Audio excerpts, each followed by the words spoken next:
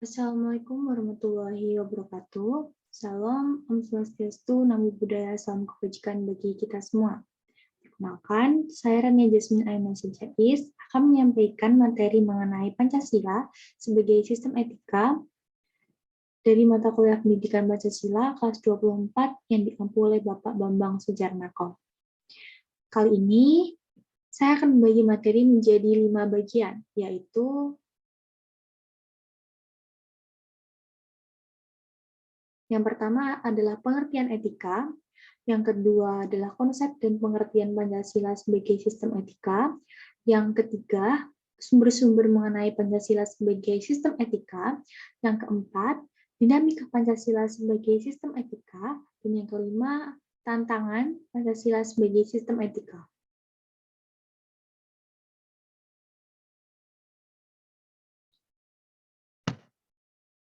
Yang pertama, saya akan membahas mengenai pengertian etika.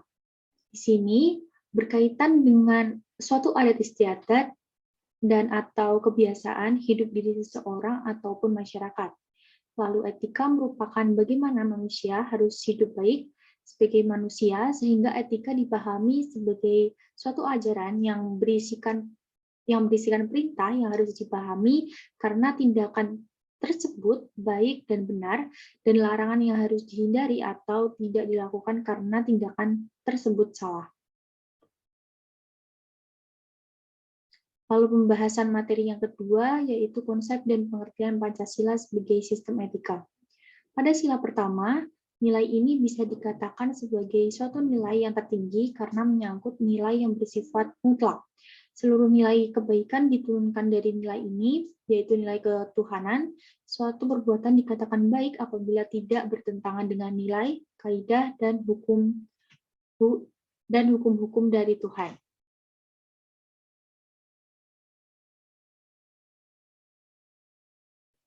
Lalu yang kedua adalah sila kedua, yaitu nilai kemanusiaan. Suatu perbuatan dikatakan baik apabila sesuai dengan nilai-nilai kemanusiaan. Dan prinsip pokok dari nilai kemanusiaan Pancasila adalah keadilan dan keadaban. Keadilan mensyaratkan keseimbangan di antara lahir dan batin, jasmani dan rohani, di suatu individu dan sosial, makhluk bebas mandiri, dan makhluk Tuhan yang terikat hukum-hukum Tuhan. Lalu ada sila ketiga, yaitu nilai persatuan. Suatu perbuatan dikatakan baik apabila dapat memperkuat persatuan dan kesatuan. Sikap egois dan menang sendiri merupakan perbuatan yang tidak baik. Demikian pula sikap yang memecah belah persatuan. Lalu ada sila keempat. Pancasila keempat yaitu hakikat sila kerakyatan terletak pada prinsip musyawarah untuk mufakat, yang berarti menghargai diri sendiri sama halnya dengan menghargai orang lain. Dan selanjutnya adalah sila kelima, dan pada sila kelima ini, yakni nilai keadilan, lebih diakrabkan atau lebih diarahkan pada konteks sosial. Dalam sila ini, keadilan sosial merupakan suatu kerjasama untuk menghasilkan masyarakat yang bersatu secara organis, sehingga setiap anggota masyarakat memiliki kesempatan yang sama dan nyata untuk tumbuh dan belajar hidup berdasarkan kemampuan aslinya. Yang ketiga, saya akan membahas mengenai sumber-sumber yang ada tentang Pancasila sebagai sistem etika. Yang pertama adalah sumber historis. Dan pada zaman Orde Lama, Pancasila sebagai sistem etika masih berbentuk sebagai filosofis Grundslag, yang berarti nilai-nilai Pancasila belum ditegaskan ke dalam sistem etika. Tetapi nilai-nilai moral telah terdapat pada pandangan hidup masyarakat. Dan masyarakat dalam masa Orde Lama telah mengenai nilai-nilai Pancasila sebagai suatu kemandirian bangsa yang oleh Presiden Soekarno disebut dengan istilah berdikari, berdiri di atas kaki sendiri. Yang kedua, sumber sosiologis. Pancasila sebagai sistem etika dapat ditemukan dalam kehidupan masyarakat berbagai etnik di Indonesia. Misalnya orang Minangkabau dalam hal bermusyawarah memakai prinsip bulat air oleh pembuluh, bulat kata oleh mufakat. Masih banyak lagi mutiara kearifan lokal yang bertebaran di bumi Indonesia, sehingga memerlukan penelitian yang lebih mendalam. Yang ketiga, sumber politis. Sumber politis Pancasila sebagai sistem etika terdapat dalam norma-norma sebagai sumber penyusunan berbagai peraturan perundang-undangan di Indonesia. Hans Kelsen mengatakan bahwa teori hukum itu suatu norma yang membentuk piramida. Norma yang lebih rendah memperoleh kekuatannya dari suatu norma yang lebih tinggi. Semakin tinggi suatu norma, semakin abstrak sifatnya dan sebaliknya. Semakin rendah kedudukannya, suatu akan semakin konkret norma tersebut. Lalu materi yang keempat adalah dinamika Pancasila sebagai sistem etika. Di zaman Orde Lama,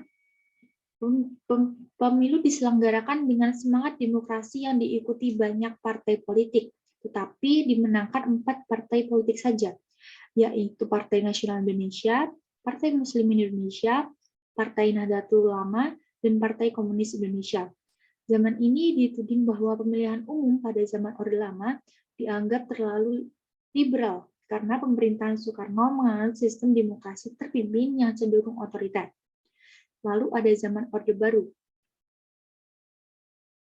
Dan pada zaman Orde Baru ini muncul konsep manusia Indonesia seutuhnya sebagai cerminan manusia yang berperilaku dan berakhlak mulia sesuai dengan nilai-nilai Pancasila. Manusia Indonesia seutuhnya dalam pandangan Orde Baru itu berarti manusia sebagai makhluk ciptaan Tuhan Yang Maha Esa yang secara kodratnya itu bersifat monodualistik, yang berarti makhluk rohani sekaligus makhluk jasmani dan makhluk individu sekaligus makhluk sosial. Yang ketiga adalah di era reformasi, dan pada era ini tenggelam dalam euforia demokrasi. Namun seiring dengan berjalan waktu disadari bahwa demokrasi dapat dilandasi sistem etika politik yang akan menjurus pada penyalahgunaan kekuasaan serta masivisme, yang berarti menghalalkan segala cara untuk mencapai tujuan. Dan pembahasan yang terakhir, yaitu materi kelima adalah tantangan Pancasila sebagai sistem etika. Tantangan terhadap sistem etika pada zaman Orde Lama berupa sikap otoriter dalam pemerintahan sebagaimana tercermin dalam penyelenggaraan negara yang menerapkan sistem demokrasi terpimpin. Hal tersebut tidak sesuai dengan sistem etika Pancasila yang lebih mengedepankan semangat musyawarah untuk mufakat. Yang kedua adalah tantangan terhadap sistem etika Pancasila pada zaman Orde Baru terkait masalah NKK, nepotisme, kolusi, dan korupsi yang merugikan penyelenggaraan negara. Hal tersebut sangat tidak sesuai dengan keadilan sosial karena nepotisme, kolusi, dan korupsi membuat hanya menguntungkan sepihak atau kelompok tertentu. Dan yang terakhir, tantangan terhadap sistem etika Pancasila pada era reformasi berupa euforia kebebasan dalam berpolitik sehingga mengabaikan norma-norma moral yang ada. Salah satu penyebabnya adalah munculnya suatu anarkisme yang memaksakan kehendak dengan mengatasnamakan kebebasan dan berdemokrasi.